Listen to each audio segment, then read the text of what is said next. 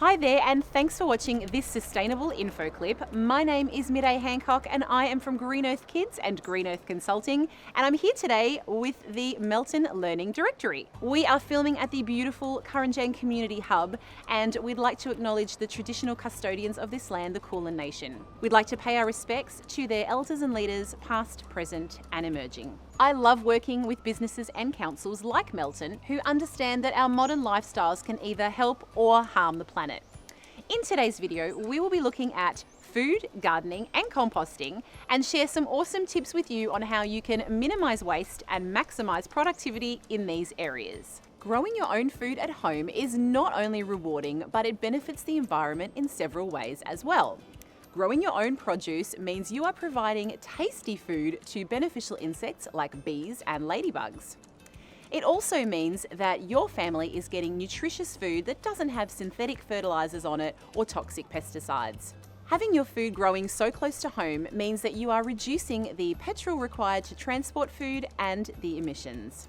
And finally, children love getting outside, so having them involved with growing food means that they'll be getting lots of sunshine and they'll be eating tasty, nutritious food that they have helped to grow.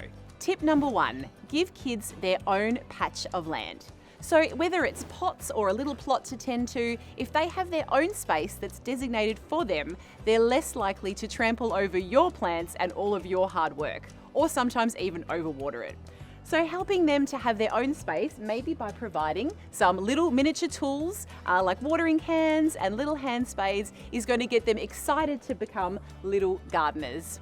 We sell some cool hand trowels and little seed raising kits on my website greenearthkids.com, so why not check it out. Tip number 2 is to grow some fast growing varieties. So we all know that kids are not renowned for their patience. So choosing some fast growing produce like lettuce, salad greens, maybe kale and herbs will help to keep them engaged because they can see the growth week on week. Tip number 3, get outside regularly and talk your kids through the process so they understand the growing cycle.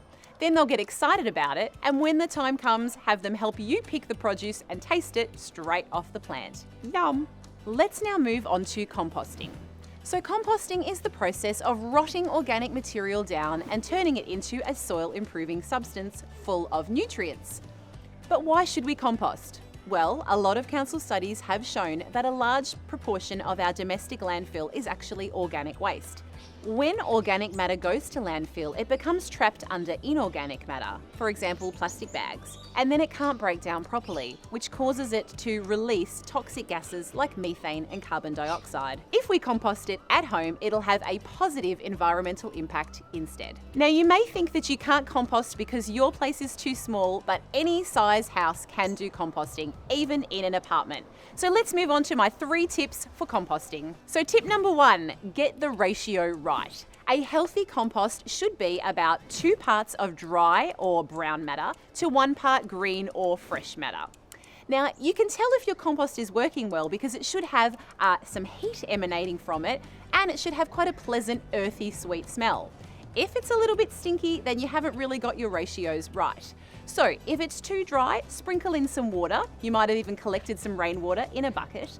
Or if it's too wet, then consider adding more dry matter like extra ripped up cardboard or shredded paper.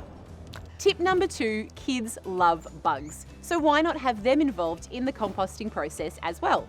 After their meals, ask them to scrape down their food scraps into a container and bring them to the compost bin. And once your compost starts to decompose, use this as a teaching experience where kids can look through and see if they can find earthworms and other little creepy crawlies. Tip number 3 is to get that air in. The more air you can get into your compost by turning it, the quicker the aerobic action will break down your compost. So I suggest turning your compost once a week with either a shovel, or if you can get one of these cool spikes. They're a compost turning spike. You can pick these up from Bunnings or garden centres. And you do that once a week and you will have beautiful compost ready to spread over your veggies in no time. Thanks for watching today. We hope that you found these tips really useful, and we'd love to see you at one of the workshops that we will be running either face-to-face or online. So for information about these workshops, please head to the website for the Melton Learning Directory, and we will see you at a workshop soon. Bye for now.